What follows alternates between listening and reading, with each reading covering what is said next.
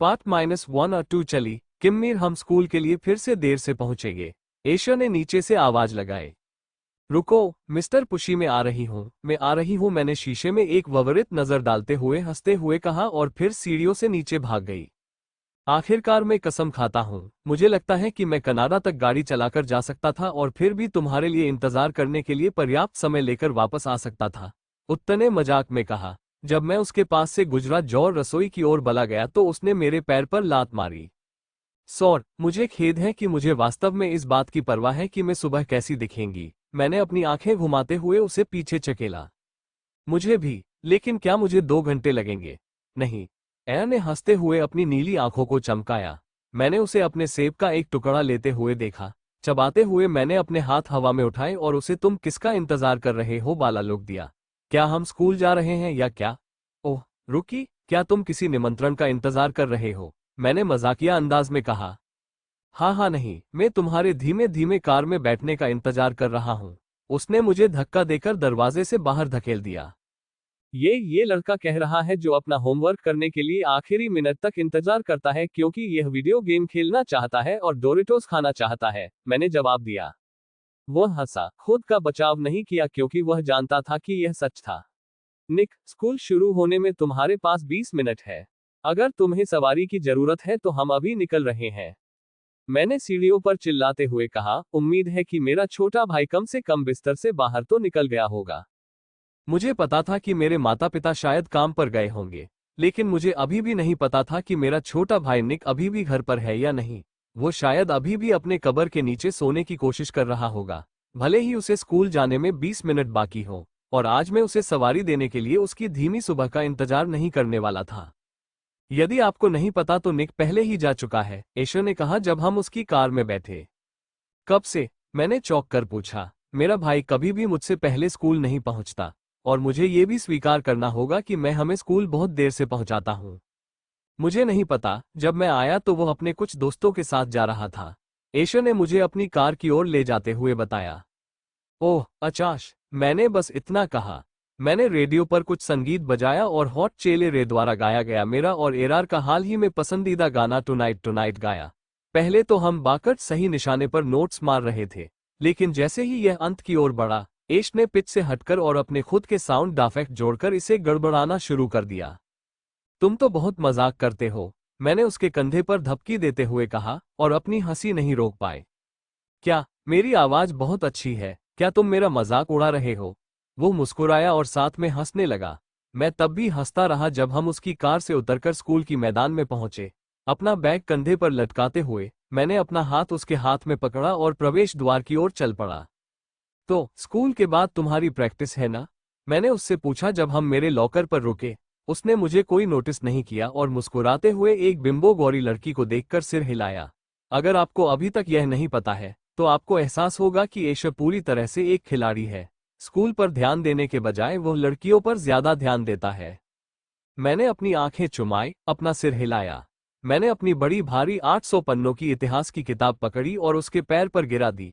इसलिए नहीं कि मैं एक निर्दयी कुलिया हूं, बल्कि उसने कल मेरे साथ भी ऐसा ही किया जब कुछ लड़कियों मेरे पास से गुजरी और उसने मेरी सारी किताबें जमीन पर गिरा दी।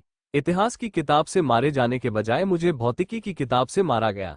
हालांकि व्यवहारिक रूप से यही बात है। ओह किम्बली, ऐश ने अपना पैर पकड़ते हुए चिल्लाया। गोरी लड़की हंसते हुए वापस चली गई। उसने अपनी मुस्कान को गुलाबी मैनिक्योर किए हुए हाथ से छिपा लिया। माफ करना, शायद फिसल गया होगा। मैंने एक दुष्ट मुस्कान को रोकते हुए झूठ बोला। अगर तुम ध्यान दे रहे होते और लड़कियों को नहीं देख रहे होते तो तुम पकड़ लिए जाते। मेरे होठों पर एक बड़ी मुस्कान खेली जिसे मैं रोक नहीं सका। मेरे पिछवाड़े में फिसल गया, उसने अपनी छाती पर हाथ रखते हुए बड़बड़ाया। बदला लेना एक कुतिया है, मैंने धीरे से गाते हुए कहा। जब मैंने उसके चेहरे पर गुस्से वाली नजर देखी तो मैंने मासूम और उदास पिल्ला जैसा चेहरा बनाते हुए मुंह बनाया। मैंने उसे गले लगाने के लिए अपनी बाहें फैलाई, उसे एक छोटे बच्चे की तरह ट्रीट किया। उसने अपनी नाक हवा में उठाई, घमंडी और अड़ियल होने का नाटक किया। मैंने हंसते हुए अपनी उंगलियों से उसे गले लगाने का इशारा किया। मुझे नहीं लगता कि मैं तुम्हारी झूठी माझी स्वीकार करूंगी, उसने मजाक में कहा। किसने कहा कि यह माफी है? मैं तो बस बड़े बच्चे को गले लगा रही हूं, मैंने कहा, अभी भी गले लगाने के लिए अपनी बाहें फैलाए हुए। नहीं, मुझे ऐसा नहीं लगता, उसने अपनी बातें अभी भी छाती पर रखे हुए कहा। ठीक है, मुझे लगता है कि तुम अब दोस्त नहीं रहना चाहते। एशर माइकल नाइट, अब हम हमेशा के लिए सबसे अच्छे दोस्त हैं, मैंने बचकानी हरकत करते हुए कहा और अपनी किताबों को सीने से लगाते हुए बाहों से चली गई। अरे नहीं, मैं अपने सबसे अच्छे दोस्त के बिना क्या करूंगा, उसने हॉल में चिल्लाते हुए कहा। मैं खुद पर मुस्कुराई। हॉल से नीचे आते हुए लोगों की नजर मुझ पर और फिर वापस एशा पर पड़ी। मुझे अचानक लगा कि एक जोड़ी हाथ मेरी कमर को लपेट रहे हैं और उसकी थोड़ी मेरे कंधे पर टिकी हुई है। मेरे कान के पास उसकी सांस मुझे गुदगुदा रही है। मैंने तुम्हें माफ कर दिया है दोस्ता, मैं अब भी तुमसे प्यार करता हूँ, उसने एक बच्चे जैसी आवाज में कहा जिससे मुझे हंसी आ गई। उसने मुझ पर घोड़ा वजन डालना शुरू कर दिया और मेरी गति धीमी कर दी। मैं उसे हॉल में घसीटते हुए ले जा रहा था और लोग हमें अजीब नजरों से देख रहे थे। बात यह है कि यह अजीब और अंतरंग लग सकता है, लेकिन एशा और मैं किसी रिश्ते में नहीं है। ये हम दोनों के बीच ऐसा व्यवहार है क्योंकि हम एक दूसरे के साथ सामान्य और अजीब होने में बहुत सहज है। हर कोई जानता था कि हम केवल सबसे अच्छे दोस्त हैं और यह हमारे लिए एक सामान्य दिन था। हमें हॉल में भागते हुए या गले मिलते हुए और आई लव यू कहते हुए देखा जाना सामान्य बात थी। हर कोई वास्तव में हमारे बारे में दोस्तों से ज्यादा कुछ नहीं सोचता था क्योंकि हम हमेशा से ही दोस्त रहे हैं, और ईमानदारी से कहूं तो मैं कभी भी इससे ज्यादा कुछ नहीं सोच सकता था। हम 11 साल से सबसे अच्छे दोस्त हैं। एशर अब मेरे लिए एक भाई की तरह है। जब भी मुझे उसकी जरूरत होती है वह वहीं होता है। ऐश एक बहुत ही खूबसूरत लड़का है। मुझे गलत मत समझिए, अपनी तीखी नीति आंखों से वह आपको लगभग कुछ भी करने के लिए मना सकता है। वह बहुत ही एथलेटिक था, उसका शरीर बहुत ही अच्छा था और उसे अच्छे पेड मिले थे। उसे भौतिकी में मुझसे बेहतर पेड मिले हैं, ये पक्का है। वह मजेदार, आकर्षक, दयालु, सुरक्षात्मक और कुल मिलाकर सबसे अच्छा है। हम एक दूसरे के लिए हमेशा मौजूद रहते हैं और मुझे नहीं पता कि मैं उसके बिना क्या करूंगी। उसे हमारी पहली कक्षा में ले जाने के बाद मैंने उसे झटक दिया और देखा कि मेरी सबसे अच्छी दोस्त अपनी सीट पर बैठी इंतजार कर रही थी। केटी कूर, मैंने चीखते हुए कहा और दौड़कर उसके पास गई। किम्मी किन्सा, उसने मुझे गले लगाते हुए गाना गाया। केटी उन कुछ गर्लफ्रेंड में से एक है जो वास्तव में मेरी है। मैं वास्तव में बहुत सी लड़कियों से दोस्ती नहीं करता क्योंकि वे केवल ईश्वर की वजह से मेरी दोस्त बनना चाहती हैं। लोगों को मेरा नाम जानने का एकमात्र कारण यह है कि मैं जेफरसन हाई के नंबर 1 खिलाड़ी और जॉक एथा नाइट के साथ सबसे अच्छा दोस्त हूँ। केटी उन कुछ लड़कियों में से एक है जो वास्तव में मुझे समझती है और वह ईश्वर की उस तरह से परवाह नहीं करती। मैं उस पर भरोसा कर सकता हूँ और हर लड़की की एक लड़की सबसे अच्छी दोस्त की जरूरत होती है। हम दोनों में बहुत सी बातें एक जैसी हैं। आज भी मुझे आश्चर्य होता है कि केटी कभी भी उन लोकप्रिय लड़कियों में से एक नहीं बन पाई। वह एक आम हाई स्कूल चीयरलीडर या डिबेट्स क्लब की अध्यक्ष जैसी लड़की की तरह दिखती है। वह सुंदर है, लंबी गोरी है और उसकी आंखें समुद्र की तरह नीली हैं। वह स्मार्ट, खुशमिजाज और दयालु है। आजकल हाई स्कूल में ऐसी लड़की मिलना बहुत दुर्लभ है। अरे क्या हो रहा है भगवाना, क्या तुमने सुना कि मिस्टर ब्राउन आज पॉप क्विज दे रहे हैं? मैंने उन्हें पड़ोस के बच्चों पर चिल्लाते हुए सुना, कैटी ने घबराहट में कहा। अच्छा, अब इसमें कोई आश्चर्य की बात नहीं है ना? मैंने हंसते हुए उसके और एशर के बीच में एक सीट ले ली। उस पल मेरा दिल पूरी तरह से रुक गया क्योंकि मैंने स्पेंसर ग्रे के अलावा किसी और को नहीं देखा। वह मेरे पास से गुजरा, उसके होठों पर एक छोटी सी मुस्कान थी जो मेरी ओर इशारा कर रही थी। मेरे मन में, मैं एक उन्मत्त चूहे की तरह चिल्लाया और मेरे चेहरे पर एक बेवकूफी भरी मुस्कान थी। मैं इससे अधिक स्पष्ट नहीं हो सकता था कि मुझे स्पेंसर पर क्रश है। स्पेंसर में मेरे लिए हॉट की परिभाषा है। हर किसी के पास एक ड्रीम मैन होता है जिसे वे अपनी दीवार पर चिपकाते हैं, जैसे चैनिंग टैटम या एलेक्स पेटिफर। वैसे मैं उनमें से किसी को भी नहीं चुनेंगी क्योंकि मुझे स्पेंसर चाहिए। या जैक एफ्रॉन, लेकिन मुझे खुद के साथ थोड़ा ईमानदार होना होगा। वह बेहद आकर्षक, मजेदार, बेहद सेक्सी, शांत, सुंदर, मजेदार है। और क्या मैंने उल्लेख किया कि वह स्कूल का सबसे सेक्सी लड़का है? ओह, और वह वास्तव में मजेदार है। उसके मुंह से जो कुछ भी निकलता है मैं हंसे बिना नहीं रह पाती। हमने पहले भी बात की थी, जैसे एक बार उसने मुझसे इतिहास के नोट्स मांगे। एक दिन वह अनुपस्थित था। उसने कहा, शुक्रिया और तुम सबसे अच्छी हो। कहने की जरूरत नहीं है, उसने मेरा दिन बना दिया, इसे मिटा दो, उसने मेरा साथ बना दिया। मैं उससे बात करने या उसके साथ डेट पर जाने के लिए कुछ भी कर सकती हूँ। 30 सितंबर दोपहर 1:47 बजे, धूप भरी दोपहर, यानी जिस दिन उसने मुझसे बात की थी, उसे फिर से जीने के लिए मैं अपना बारया फेफड़ा दे सकती हूँ। जब से वह दूसरे साल में यहाँ आया है, तब से मुझे उस पर क्रंथ है। तो हाँ, आप कह सकते हैं कि मैं लंबे समय से उसके लिए थोड़ी पागल ही। मुझे लगा कि मेरा दिल मेरी छाती से बाहर निकल जाएगा क्योंकि वह मेरे ठीक पीछे बैठा था। आमतौर पर वह आगे की सीट पर बैठता है, मुझसे एक पंक्ति दूर, ताकि मैं उसे देख सकूं और उसे पता न चले, लेकिन नहीं, वह मेरे पीछे बैठा है। किसी को पैरामेडिक्स को बुलाना चाहिए क्योंकि मुझे दिल का दौरा पड़ सकता है। यह पहली बार था जब मैं उसके इतने करीब इतने लंबे समय तक मैं शायद बहुत ज्यादा मुस्कुरा रहा था क्योंकि ईश्वर ने मुझे चिंतित नजर से देखा। शायद उसे लगा कि मैं पागल हो रहा हूं। ठीक है क्लास, शांत हो जाओ, मैं अटेंडेंस लेता हूं ताकि हम फ्रेंच क्रांति शुरू कर सकें ना, मिस्टर फोइस ने दृढ़ता से कहा। सभी ने कराहते हुए अपनी नोटबुक निकाली, रोना धीना और शिकायत करना शुरू कर दिया। अपने जीवन में पहली बार मुझे नहीं लगा कि मैं कक्षा में ध्यान दे पाऊंगा। इतिहास मेरे सबसे अच्छे विषयों में से एक है, लेकिन अब जब स्पेंसर मेरे पीछे बैठा है, तो मुझे लगता है कि मैं अपना ध्यान खो सकता हूँ। पार्ट 2, थोड़ा सा प्यार। मैं अपना दिन खत्म करने और घर जाने के लिए अपने लॉकर में अपना सारा सामान रख रहा हूँ। मैं थका हुआ हूँ और थोड़ा चिड़चिड़ा हूँ। मुझे अभी अभी एक रिपोर्ट मिली थी जो इतिहास के प्रसिद्ध लेखकों के बारे में 6 पेज का पेपर था, जिसका मतलब था कि मुझे कुछ बहुत ही बेवकूफ़ी भरी और बहुत ही उबाऊ चीज के बारे में लिखना होगा, और फिर शायद ईश्वर को भी उसका लिखने में मदद करनी होगी। मैं आमतौर पर स्कूल और असाइनमेंट के बारे में शिकायत नहीं करता, मैं बस उन्हें लेता हूं और उन्हें पूरा करता हूं क्योंकि ज्यादातर समय इसमें कोई समस्या नहीं होती। लेकिन ये पूरी तरह से अनुचित है अगर कोई शिक्षक सप्ताह के बीच में कोई असाइनमेंट देता है और उम्मीद करता है कि उसे सप्ताह के अंत तक पूरा करना होगा। मैंने अपना लॉकर बंद कर दिया, पीछे मुड़कर देखा तो पाया कि एशर दूसरे लॉकर से सटा हुआ था। नमस्ते मेरे खूबसूरत सबसे अच्छे दोस्त, तुम्हारा दिन कैसा रहा? उसने मेरा माथा चूमते हुए पूछा। मैंने उसे संदेह से देखा, लेकिन उसके खुशमिजाज रवैये के बारे में और नहीं सोचा। किसी का दिन वाकई बहुत अच्छा रहा जिसने उसे बाथरूम में चोदा। वह आमतौर पर दिन के अंत तक इतना खुश नहीं रहता।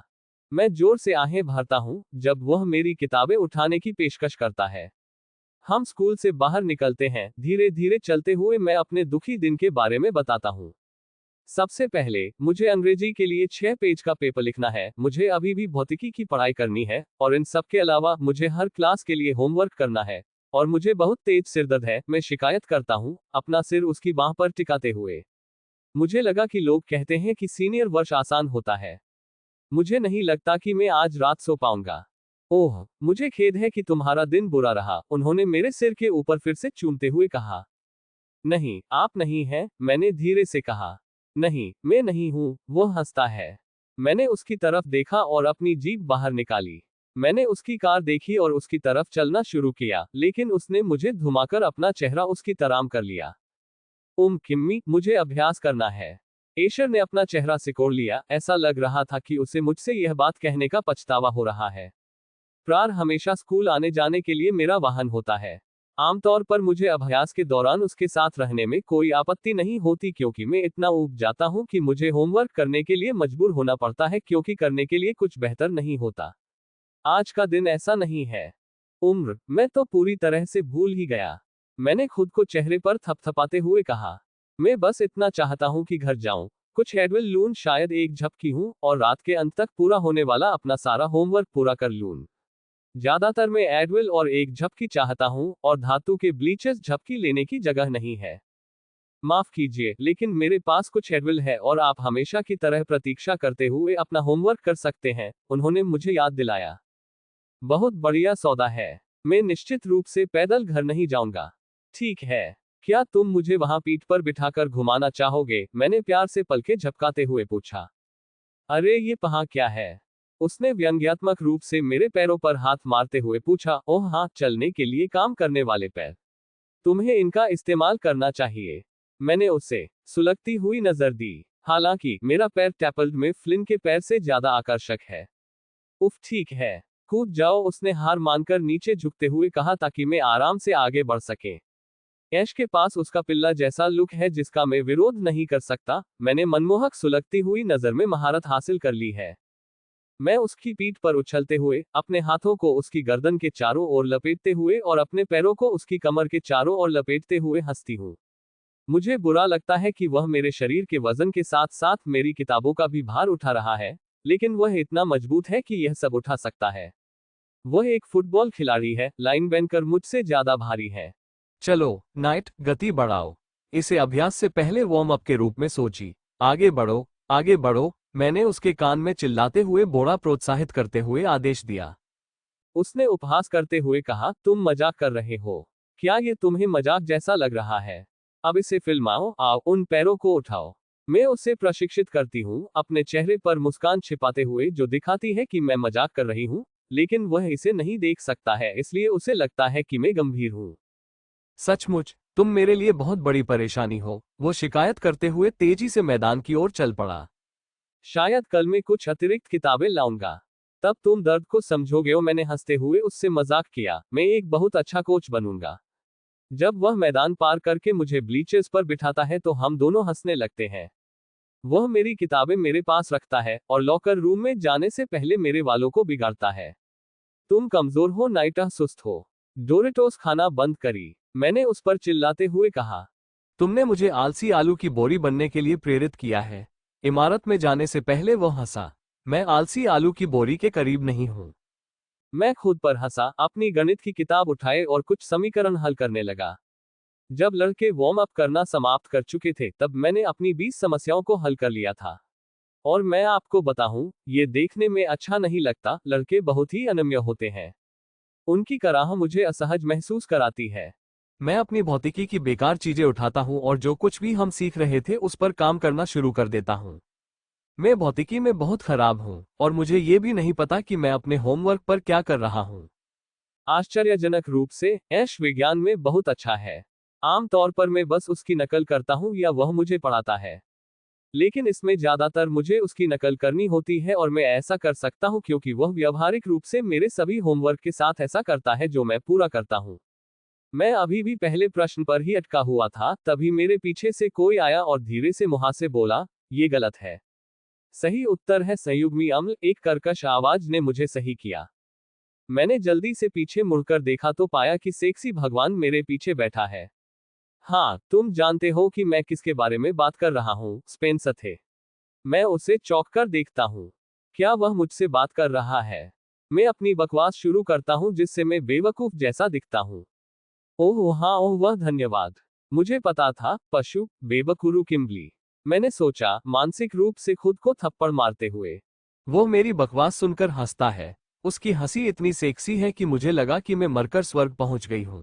मैं चिंतित होकर मुस्कुराती हूं। मेरे चेहरे पर शर्मिंदगी महसूस होती है। मुझे यकीन है कि तुम्हें भी ऐसा ही लगा होगा। तुम्हें अगले काम में मदद चाहिए, वो कहता है। हे भगवान, ये वाकई हमारी अब तक की सबसे लंबी बातचीत है। ये बात अलग है कि 30 सितंबर को दोपहर 1:47 कते के बाद से यह पहली बार है जब हमने बात की है। हाँ हाँ, जरूर, वह मेरे बगल में बैठ गया और मेरी किताब मेरी गोद से उतार ली। हे भगवान, वह मेरी किताब को छू रहा है। अच्छा, नंबर 2 आसान है। ये सिर्फ स्ट्रिंग थ्योरी के बारे में पूछ रहा है। उसने कंधे उचकाए और जवाब के लिए मेरी ओर देखा। मेरा दिमाग जम गया और एक भी विचार मेरे दिमाग में नहीं आया। ओह, ओम, हाँ, है ना, वो सिद्धांत जिसके बारे में तुम्हें पता है, ओह। उन्होंने बड़े ही दयालु अंदाज में कहा, एक सिद्धांत जो प्रकृति की चारों शक्तियों को एक करता है। ओह, दुह, हाँ हाँ हाँ, तुम इसमें अच्छे हो, मैंने घबराते हुए कहा। अरे नहीं, मैंने ऐसा क्यों कहा? अब शायद मैं हतारा लग रहा हूँ। धन्यवाद, अगले के लिए तैयार हो? उसने कहा। मैं उत्सुकता से अपना सिर हिलाता हूँ। वो बहुत आकर्षक है और मेरे लिए वास्तव में काम पर ध्यान देना मुश्किल हो रहा है। मैं उसके होठों को हिलते हुए देखना बंद नहीं कर सका। वे बहुत नर्म, कोमल और गर्म दिखते हैं और उसकी भूरी हरी आंखें मंत्रमुग्ध कर देने वाली है। मैं उसके बगल में बैठकर आधे या ज्यादातर हाँ सभी सवालों के गलत जवाब देकर बहुत बेवकूफ महसूस कर रहा हूँ। स्पेंसर भौतिकी को ऐसे जानता है जैसे ये फटी इंद्री हो। यह उसके लिए बहुत स्वाभाविक और आसान था, मेरे विपरीत। मेरे लिए यह एक विदेशी भाषा की तरह लग रहा था। आश्चर्यजनक रूप से हमने इसे बहुत जल्दी खत्म कर दिया, बहुत जल्दी, जबकि मैं इसे केवल 10 समस्याओं के बावजूद भी खत्म कर सकता था। लेकिन जब तक हम भौतिकी के साथ समाप्त हुए, तब तक मैंने अपना दूसरा होमवर्क जारी रखने की जहमत नहीं उठाई क्योंकि स्पेंसर अभी भी मुझसे बात कर रहा था। एशर स्पेंसर द्वारा बताई जा रही कहानी के आधे रास्ते में हमारे पास दौड़ता हुआ आपा, मैं लगभग भूल गया कि हम एक फुटबॉल मैदान में थे। और फिर सूप फट गया। काउंटर, स्टोव, फर्श सब जगह फैल गया। मैंने खुद से कसम खाई कि यह आखिरी बार होगा जब मैं खाना बनाऊंगा। स्पेंसर ने अपना सिर हिलाते हुए कहा। मैं इतना हंसा कि मेरी कमर में दर्द होने लगा। कौन अपने सही दिमाग में सूप में बेकिंग सोडा डालेगा? मैंने पहली बार ऐसा सुना है। मेरी हंसी बेकाबू हो गई। है भगवान, स्पेंसर, ये तो बहुत मजेदार है। क्या किया? आहा।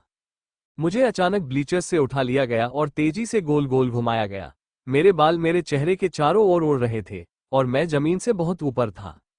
आरोन ने आखिरकार मुझे अपने पैरों पर खड़ा कर दिया, लेकिन ये बेकार था क्योंकि मैं पूरी तरह से संतुलन खो बैठा और कठोर, नम, रसीली घास पर गिर पड़ा। अगर यह उस पाठ्य पुस्तक को उसके पैर पर गिराने का बदला है तो मैं उसे वापस लेने जा रहा हूँ। ये युद्ध है दोस्त। हाँ, अब कौन हंस रहा है? आशा ने चिढ़ाते हुए कहा। वो एक कदम और आगे बढ़ा और मेरे बगल में जमीन पर गिर गया। शायद ये भूल गया कि वह भी घूम रहा था। मैंने उसके चेहरे पर हंसते हुए कहा, अब मैं ही हूँ। हाँ, मैंने सुधार किया। जब हम दोनों ने अपना संतुलन पुनः प्राप्त कर लिया तथा हर चीज को उल्टा पुल्टा देखना बंद कर दिया, तब एशर ने मुझे अपनी छाती के बहुत करीब खींचते हुए मुझे उठने में मदद की। स्पेंसर तुम्हारे साथ क्यों घूम रहा है? उसने आंखों से निर्देश देते हुए धीरे से पूछा। मैं शर्मा गई, बेतहाशा मुस्कुराई और फिर देखा कि वह अभी भी वहीं खड़ा देख रहा था। ओह स्पेसर, मैंने उसके पास वापस जाते हुए कहा। अरे, ज्यादा पास मत आना, नहीं तो उल्टी हो जाएगी, उसने मजाक में अपनी उंगलियों से एक्स का निशान बनाते हुए कहा। मैंने उसके गर्म लेकिन खुरदरे हाथों को दूर धकेलते हुए हंसते हुए कहा, मैं ठीक हूं मूर्ख। मैं बस भौतिकी में मेरी मदद करने के लिए धन्यवाद कहने जा रहा था। किसी भी समय उन्होंने मुझे अपनी 100% परफेक्ट सेक्सी मुस्कान दिखाते हुए कहा। अरे, क्या तुम जाने के लिए तैयार हो? आशा ने बीच में टोकते हुए अपना हाथ मेरे कंधे पर रखा और मेरे माथे को चूम लिया। मैं तुम्हें देखूंगा, किम, स्पेंसर ने हाथ हिलाया और दूर बला गया। अगर यह पहले से ही बहुत ज्यादा ध्यान देने योग्य नहीं है, तो मैं देख सकता था कि वह मेरे आसपास ऐश के साथ असहज महसूस कर रहा है, व्यवहारिक रूप से अपनी गांड को फेर रहा है। लड़का किसी के को मुझसे दूर रखने के लिए कुछ भी कर सकता है। अलविदा हो, मिलते हैं। ओह, और मदद के लिए धन्यवाद। मैंने उत्सुकता से हाथ हिलाया। क्या मैंने पहले ही धन्यवाद कह दिया है? मैंने गुस्से से ऐश की तरफ देखा। उसने मेरे स्पेंसर के साथ पल खराब करने की हिम्मत कैसे की? उसने उसे हरा दिया। उसने स्पेंसर को दूर जाते हुए देखकर मुस्कुराया। फिर उसने मेरे चेहरे की तरफ देखा और जब मैंने उसे दोषी पाया तो उसने अपनी मुस्कुराहट बंद कर दी। क्या? उसने मासूमियत से पूछा। मैंने अपना सिर हिलाया, अपनी सारी किताबें उठाए और उन्हें अपने बैग में ठूंस लिया। जाने के लिए तैयार हो? मैंने गुस्से से पूछा, चेहरा बनाते हुए। मुझे यकीन नहीं हो रहा था कि वह ऐसा करेगा। मुझे यकीन है कि वह अच्छी तरह से जानता है कि मुझे स्पेंसर पर क्रश है। ऐसा नहीं है कि मैं पीछे हटती हूं और ऐसा नहीं है कि एशर इस बात को नोटिस करने में मूर्ख है। इस बार मैंने क्या गलती की? और मदद के लिए धन्यवाद से तुम्हारा क्या मतलब है? वो थोड़ा परेशान होकर अपनी दोनों बाहें क्रॉस करके पूछता है। कुछ नहीं एशा, तुम कभी कुछ गलत नहीं करते, मैंने व्यंग्यात्मक लहजे में आंखें घुमाते हुए कहा। अच्छा, मैंने ऐसा नहीं सोचा था। अब उसने तुम्हें क्या मदद दी? मैं कसम खाता हूं कि कभी कभी मुझे लगता है कि वह मुझे परेशान करने के लिए मेरे व्यंग्य को अनदेखा करता है। उन्होंने मेरे भौतिकी के होमवर्क में मेरी मदद की, मैंने कहा जब हम उनकी कार की ओर जा रहे थे। उसने मदद क्यों की? मैं आमतौर पर भौतिकी में आपकी मदद करता हूं, उसने बचाव करते हुए कहा। मैंने देखा कि स्कूल से निकलते समय ये थोड़ा उदास दिख रहा था। वो हमेशा दावा करता था कि भौतिकी में मेरी मदद करना उसका कर्तव्य था। मुझे लगता है कि यह हमेशा अपनी छोटी जुड़वा बहनों के साथ घर से बाहर रहने का बहाना होता है। हालांकि वो उनसे बहुत प्यार करता है, लेकिन आशा गुड़िया और रंगों से खेलने के लिए बहुत ज्यादा बड़ा लड़का है।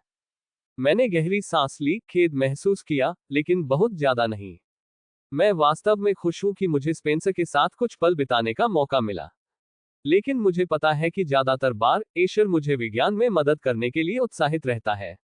शायद ऐसा इसलिए था क्योंकि यह एकमात्र ऐसा विषय है जिसमें मैं अच्छा नहीं हूं और वह ऐसा नहीं करता था। मुझे खेद है। स्पेंसर वहां था और उसने मदद करने की पेशकश की। मुझे नहीं पता था कि यह तुम्हारे लिए इतनी बड़ी बात है, मैंने ऐश को समझाया। भूल जाओ, मुझे इसकी कोई परवाह नहीं, अब मुझे एक काम कम करना है, उसने गुस्सों से खुद से कहा। उसने अपनी कार मेरे घर के सामने फुटपाथ पर खड़ी कर दी, इंजन चालू कर दिया। मैंने अपना सामान समेटा और दरवाजा खोला, कार से बाहर निकलने से पहले पीछे मुड़कर उसे देखा। तुम अंदर आ रहे हो? मैंने विनती भरी मुस्कान के साथ पूछा। वह हमेशा दिन के किसी भी समय आता था, आमतौर पर मेरे घर में खाना साफ करने या अपना होमवर्क करने में मदद करने के लिए। नहीं, उसने पी दबाते हुए कहा, उसकी आवाज में गुस्सा साफ झलक रहा था। किसी को पीरियड्स आ रहे हैं, मैंने धीमे स्वर में गाया, लेकिन सिर्फ इतनी जोर से कि वह सुन सके। मैंने देखा कि उसके होठों ने मुस्कुराहट को दबा रखा था, जबकि वह आगे खुली सड़क को देख रहा था। चलो, तुम जानते हो कि तुम अंदर आना चाहते हो। मैं तुम्हारा पसंदीदा बना दूंगा। मैंने कार से उतरते समय उसके गाल को चूमते हुए उसे मनाया। अब मैं समझ गया था कि वह मेरे हाथों में रेत की तरह था। ऐश के बारे में मुझे वही बात सबसे ज्यादा पसंद है। चाहे वो कितना भी गुस्सा क्यों ना हो, वो हमेशा मुझे जल्दी माफ कर देता है। चाहे वो दुनिया से कितना भी नाराज क्यों ना हो, जब भी मैं उसके आसपास होती हूँ, तो वह हमेशा मुस्कुराता हुआ नजर आता है। या जब भी मैं उसकी पसंदीदा मिठाई बनाने का जिक्र करती हूँ, तो ऐसा लगता है जैसे क्रिसमस का दिन हो। बॉकलेट और peanut butter chip fudge brownie. तो उसने अपना सिर मेरी ओर घुमाते हुए कहा। हो, मैंने मुस्कुराते हुए पीक लिखा और चलते हुए कहा। और 5.4.3.2.1। ठीक है, मैं कुछ मिनटों के लिए अंदर आ सकता हूँ, उन्होंने कहा। इंजन बंद कर दिया, कार से बाहर कूदे, मेरे पीछे आए और मुझे तेजी से दरवाजे की ओर धकेल दिया। मैं हंसते हुए अंदर चली जाती हूँ और अपना सामान नीचे फेंकती हूँ और फिर पेश के लिए ब्राउनी बनाने के लिए रसोई में भागती हूँ ताकि हम अपना होमवर्क करते समय उसे खा सकें। सुधा रह जब मैं हमारे दोनों असाइनमेंट करती हूँ।